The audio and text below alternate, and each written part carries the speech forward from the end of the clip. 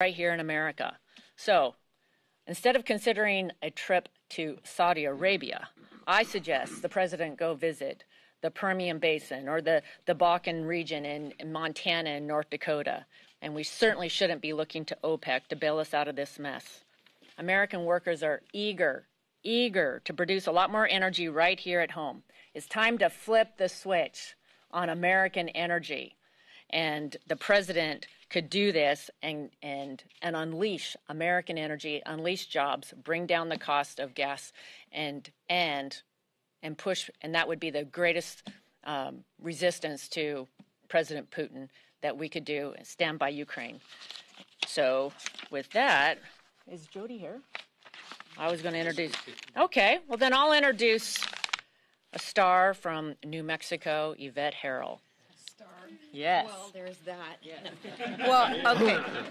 First off, let me be very, very clear. Midland over Moscow. We've talked about Texas. Let's just remember, everybody, New Mexico has two of the largest oil-producing counties in the nation. So I don't want to get left out. I'm not sure if this shouldn't say New Mexico over Moscow, just a suggestion. But you can tell we're all on the same team here. And why it matters is because the American people are getting it. They understand these are failed policies that are causing them to pay more at the pump. This isn't about energy independence anymore. It's about placing the problems of this White House and this administration square on the backs of the American people. It's awful. And I could stand up here forever, and I could. Because we could talk about energy, and we can talk about the border and masks, and we can talk about supply chains.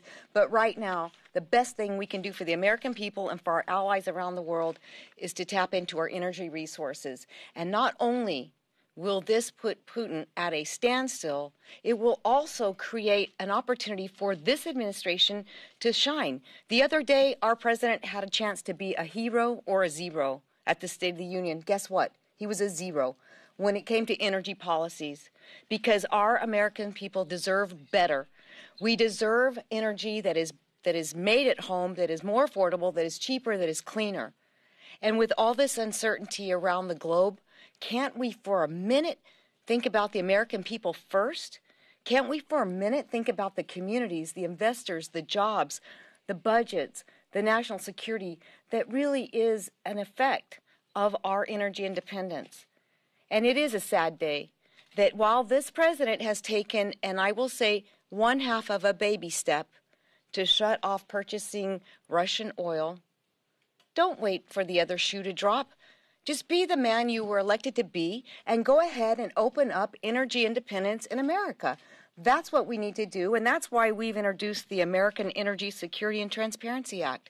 We're compelling this administration to stop with withholding these permits on leasing on federal lands. We're asking the Department of Interior to have at least 4 sales a year in 6 different states so that we can bring stability back to the industry, so we can give our industry producers the stability they need. The communities, they'll have that stability as well. It is time we put, how about this, Americans over Moscow. Let's get the job done, and let's bring America back to energy independence. And thank you for being here today. And with that, I'm going to introduce my great friend, Garrett Graves. Thank you. You just didn't know what I was going to say. I have so many friends. And I didn't know you were going to introduce me. Hey, Garrett Graves from Louisiana. Many folks have expressed shock and surprise by what's happening today, expressed shock that energy prices are skyrocketing like they are, that they're having such an impact that just transcends the American economy. People are expressing shock that they've suddenly learned that we're so dependent upon Russian energy and energy from other countries that don't share America's values. It is absolutely incredible to me that people are expressing that type of reaction. Leaders here, Bruce Westerman from the Natural Resources Committee, August Pfluger, Kathy McMorris-Rogers, and others. We have been predicting, we have been saying, we have been calling for this exact scenario not for weeks or months, but for years. We've offered amendments to say that if gas prices exceed $4 a gallon, then this can't happen. Then you've got to produce domestically. We've said you cannot implement this legislation if it's going to cause a greater increase on dependence on energy from Russia, from China, or other countries. All of this has been predicted, and I'll tell you who's opposed our efforts every single time. It's been Democrats. This isn't political. That's just a fact. They're the ones who have opposed these efforts, not for weeks, not for days, not for months, but for years. We've been offering up these types of amendments, these types of policy solutions. I want to remind you, the last time that Ukraine was invaded was during President Obama's time. You know what else was going on at the same time? Another coincidence was that we had reached peak dependence upon Russian energy. Vladimir Putin knew in 2014 that he had us. He had leverage over us because we were so dependent upon them for energy, and he invaded Crimea. Now, once again, increasing our dependence, nearly tripling our crude oil imports from Russia last year. They knew that they had us again. And so none of this should have been a shock or surprise to anybody. History is going to repeat itself, especially if we keep making the same stupid mistakes that we made and should have learned from years ago. Now, I'll say it again, people expressing shock and surprise. Do you know that in the president's budget request to the Congress, there's an explicit provision in there that says that they won't make investments that result in a reduction of the cost of oil and gas? Let me say that again. In the president's budget request to the Congress, there's a provision in there that says they will not make investments in projects that result in a reduction in the cost of oil and gas. Congressman Scalise and I have been fighting this since we first saw it. Let me translate it another way. We want higher energy prices. They've clearly succeeded in that objective.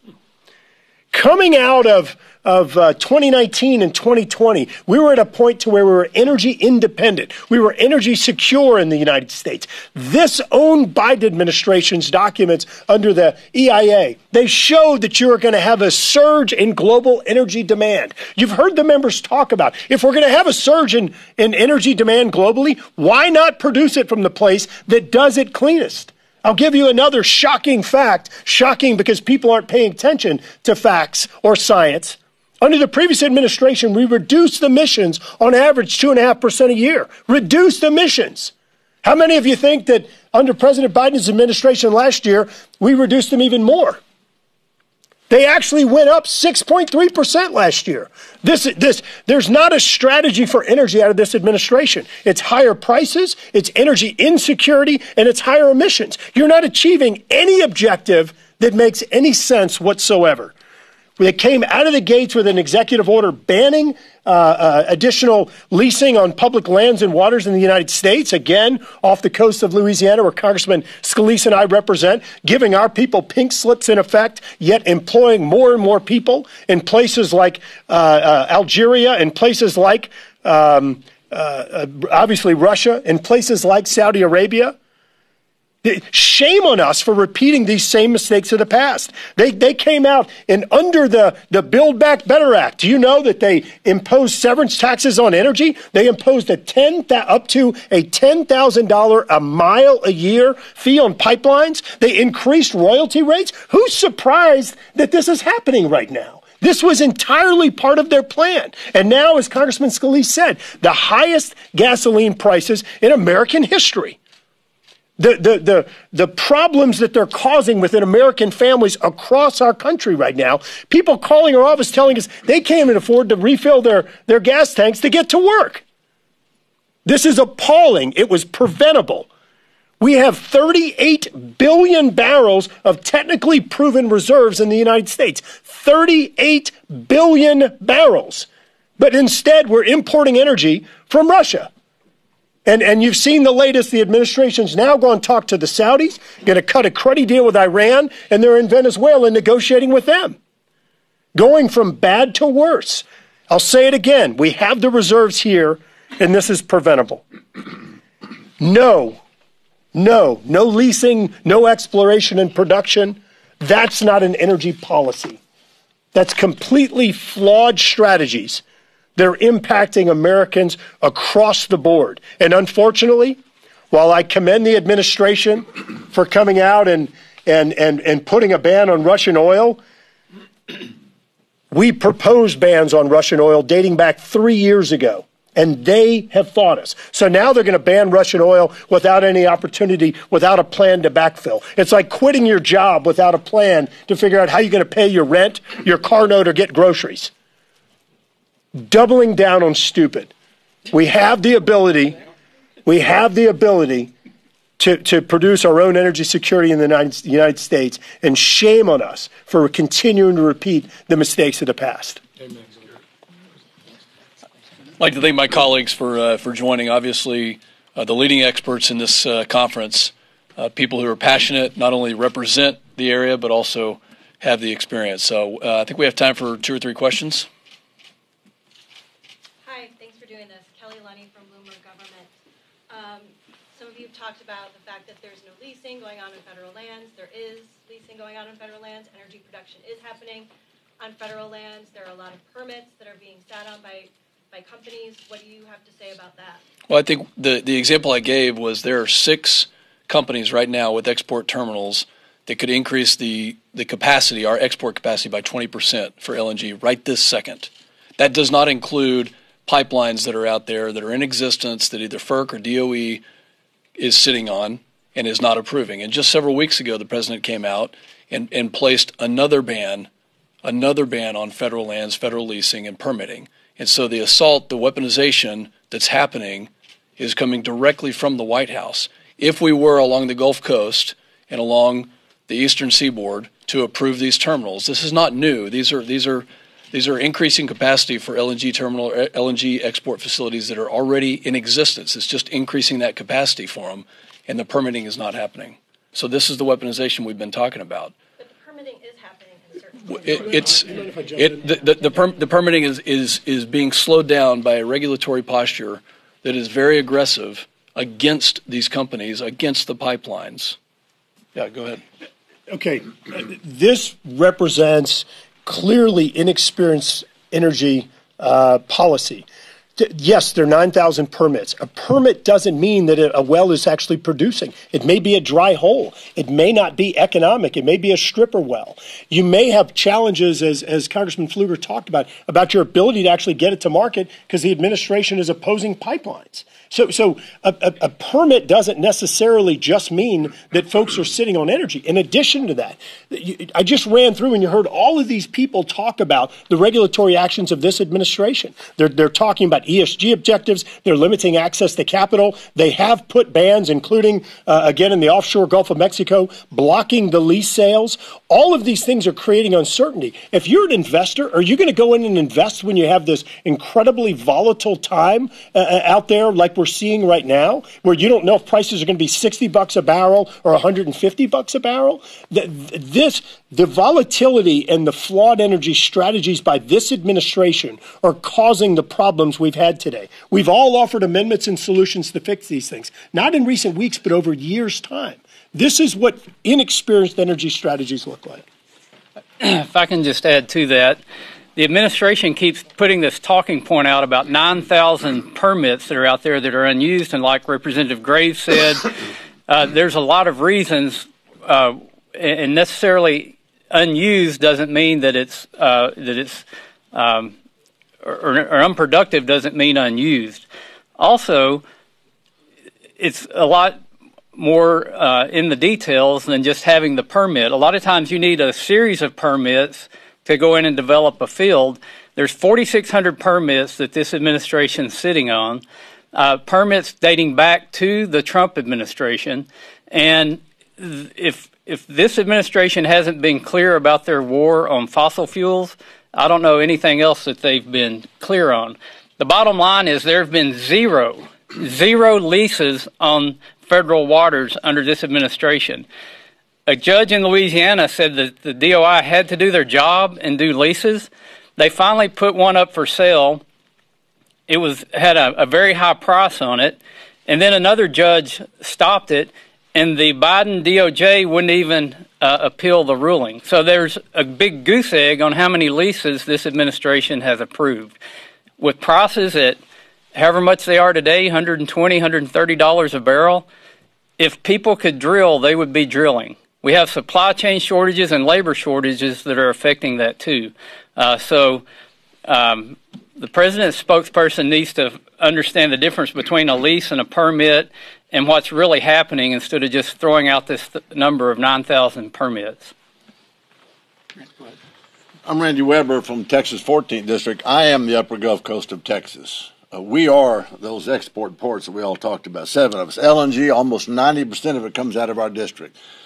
Congressman Dr. Brian Babin and myself have more pipelines in our districts than any other member in the state, probably, and we export a lot of fuel. I had lunch today with a guy that's probably the CEO of one of the biggest pipeline groups around, and he told me personally today that FERC is giving them HELL.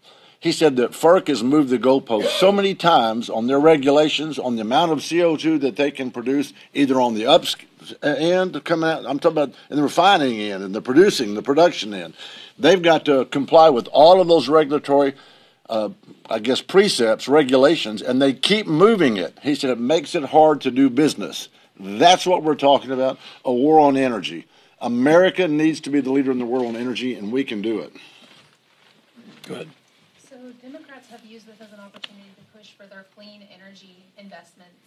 Do you expect that they're going to use this as a political method to push for those clean energy policies? And secondly, energy has been such a divisive topic. Do you think that there's a way, some people in the middle would maybe argue that we can invest in clean energy while we're trying to transition there. We still need to produce domestic energy to kind of bridge that gap. Would you guys support investing in both? Is there a way that you guys can do that? What are your responses? Well, I think we are investing in both, and I would invite anybody to come out to the area of Texas that I represent with more wind in my congressional district than the entire state of California to come out and see the natural gas that's produced. And yes, there's no question that this is going to continue to be a divisive topic, but let's just take it back to the very first step here. When you're considering Ukraine and you're considering this conflict that has everything to do with energy, they need energy, not renewable energy, not a specific type of energy. They need energy. And that's the weaponization that we've been talking about to the previous question. So, I think the hope is that the president has a second chance. And that second chance is, number one, step one, yes, ban Russian oil. But step two is more important. Step two is unleashing domestic energy sources right here. And sure, an all of the above approach is exactly what we need. The demand for energy will only increase, and we will continue to see a worldwide population that grows that needs affordable, reliable energy, which we produce right here. I ask one, obviously you have another poster up on stage about defense spending. Related to that, you guys are going to vote this week on an omnibus package, the appropriations bill. Much of that was negotiated prior to the Russian invasion into Ukraine, including the defense spending levels. So given what has happened in the last 2 weeks, what is your message, Whip Scalise and others who want to chime in as well, to the Biden administration about the levels, the defense spending levels? Do they need to be increased? Is what is going to be presented in the omnibus sufficient for Republicans to support? I'll defer to the Whip on this one. Yeah, and we've been pushing for months to get a full year defense spending bill, because to properly fund defense, to build back our military, Mike Rogers, the members of the House Armed Service Committee have laid it out, as well as the Appropriations Committee members, what is needed to properly defend this country prior to Ukraine. Obviously, with the invasion of Ukraine, you've seen President Zelensky make a specific list of requests, not just to the United States, but to a lot of other NATO allies, and all of our countries are coming together. That would be a supplemental. It wouldn't be coming out of the base defense spending bill, but it would be additional funding to help Ukraine get the tools they need to go defend their country, as they're doing so heroically. They've asked, by the way, months ago, they asked the Biden administration for surface-to-air missiles, for example. All the carpet bombing you've seen, the cluster bombs just destroying villages, killing thousands of people. If they would have had those surface-to-air missiles months ago when they asked President Biden and were told no, they would have been able to defend a lot of those cities and prevent a lot of those deaths. But in the meantime, we're going to continue to work to get them the tools they need. That would be something separate, whether it would all be included Those decisions haven't been made. They're still packaging it all up together. But for a proper defense spending bill, those are heavily negotiated levels. And frankly, the Republicans who have been pushing for a properly funded defense were able to get that proper level of defense so that we can provide for our men and women in uniform to protect America and our allies. Last question. Hi, Caitlin from Colorado Public Radio. Thank you all for being here and doing this. You guys have been talking a lot about unleashing sort of American energy. I'm curious, do you see an incentive for American companies to do that when currently with these high prices they are making a profit? And unlike you guys, they are beholden to their shareholders who want to see a profit, not necessarily to taxpayers who want the gas. Well, I think when you consider the term Midland over Moscow, that's putting America first. It's putting American companies and the American populace first.